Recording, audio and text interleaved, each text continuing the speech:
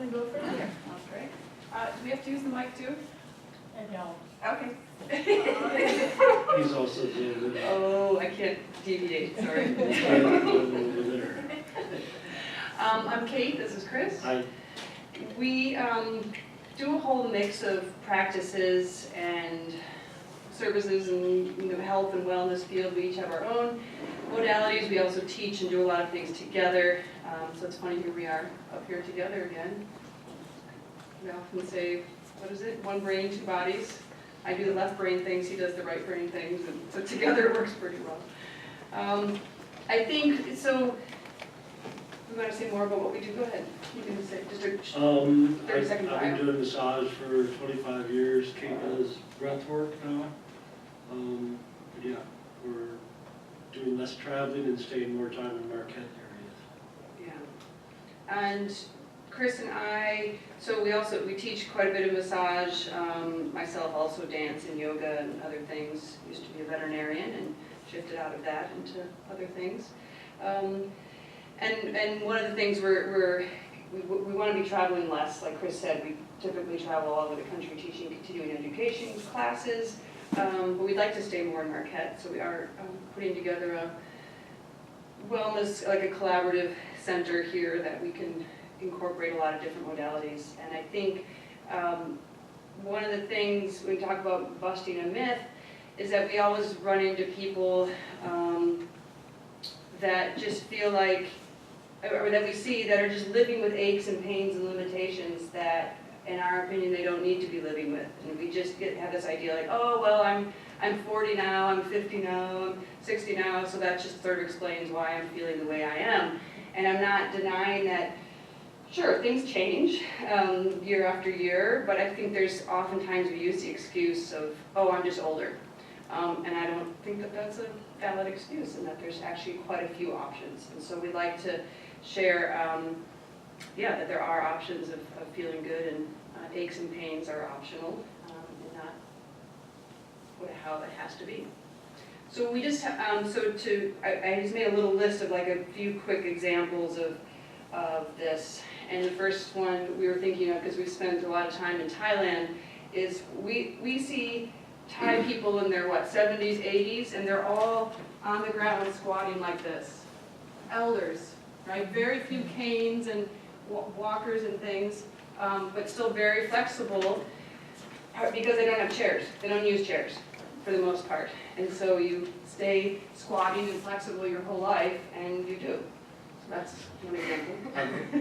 It's a very true one also, because I've seen it every time that I go to Thailand. And I will always tell people sitting in a chair is one of the biggest curses on the planet, because it shortens your hamstrings and it shortens your psoas. If you don't know, those muscles are pretty important. Or I will refer to sitting in the chair is to the psoas and the hamstrings as wearing high-heeled shoes are to the Achilles heel. You wear high-heeled shoes for so long, and then all of a sudden you have pains when you go barefoot. So another aspect to it.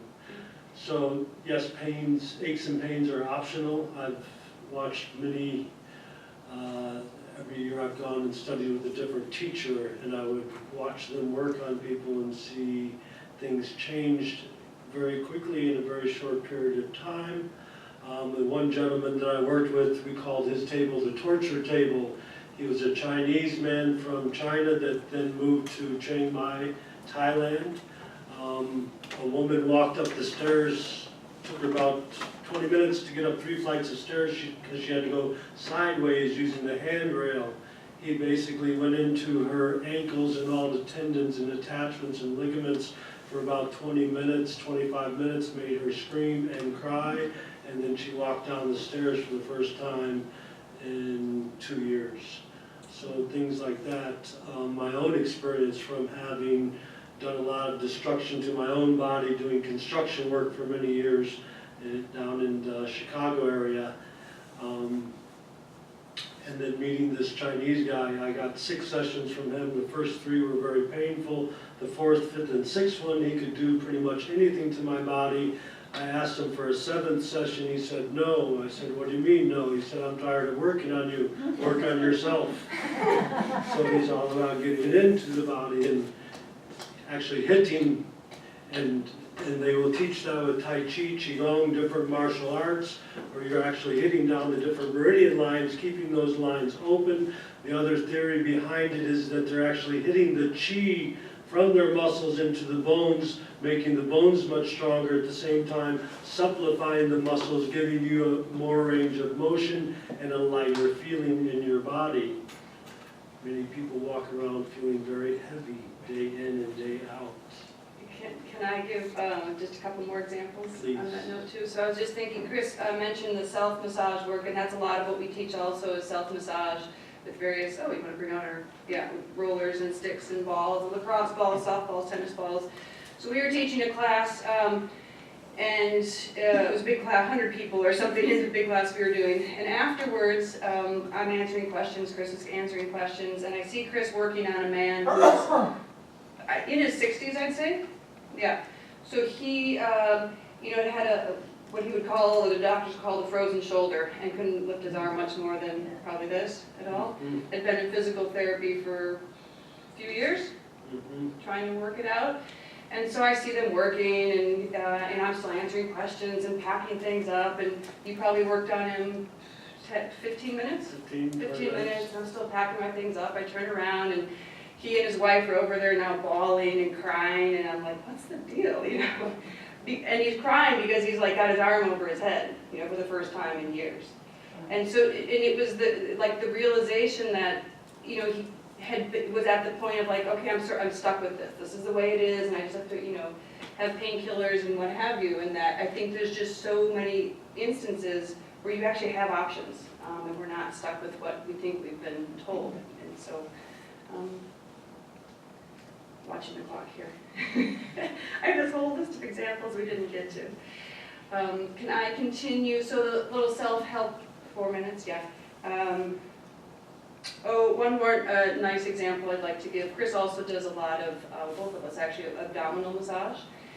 And Chris worked on a woman, and he oftentimes, he'll call people the day after or 2 days after, how are you feeling? And she was ecstatic. She's like, I saw, my friend was across the parking lot, and I ran after her to catch her attention. She's like, it was the first time I could run across the parking lot without peeing in my pants.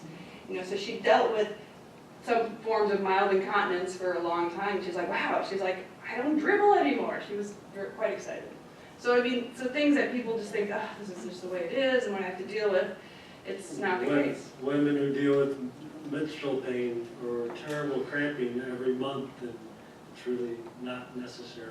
Or I could talk for hours about it, but we can shift things, and usually the tendency with Western medicine is that it's doom and gloom, or your bones are deteriorating, or joints are deteriorating, or what have you. And then the person walks around going, wow, my joints are deteriorating, and that's their affirmation on a daily basis. So I will often tell people, just change your words, you can change your life, it's a step in the right direction. Start telling your ailments how good they feel instead of how bad they feel all the time. So there's little tricks, little keys that we can remember, as you were saying, just choosing health instead of choosing that other thought process or what have you. So I'm going to do our little 1 minute self-help tip here. Requires participation in both hands. And so everybody could just start getting their fingers in between their ribs, anywhere. It could be up here, it could be right underneath their collarbones. You can work around the ribs and the sides, underneath.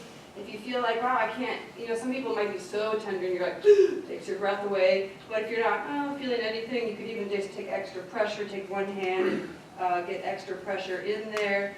So rubbing, pressing, getting in between the ribs, wiggling things around, moving the intercostals around, right? You could be tapping them, moving them, massaging them. So now keep going. So keep working those points a little bit and start taking some big breaths. So while you're opening up your chest and your rib cage, right, massaging all these points through your whole rib cage, this whole central line is quite important down the center of our bodies. It's how we interact with the world. It's where we take in most of our information, our whole central line. And so keep breathing a big breath, using your belly, your middle, and your upper parts. And then the last part of it is noticing your exhale. So you can let your hands relax if you want. And just take a couple of big breaths. Let your mouth drop open. And notice what your exhale is doing. So see if you can find an exhale that's not pushed out. It's not forced out. And also one that's not held back and restrained.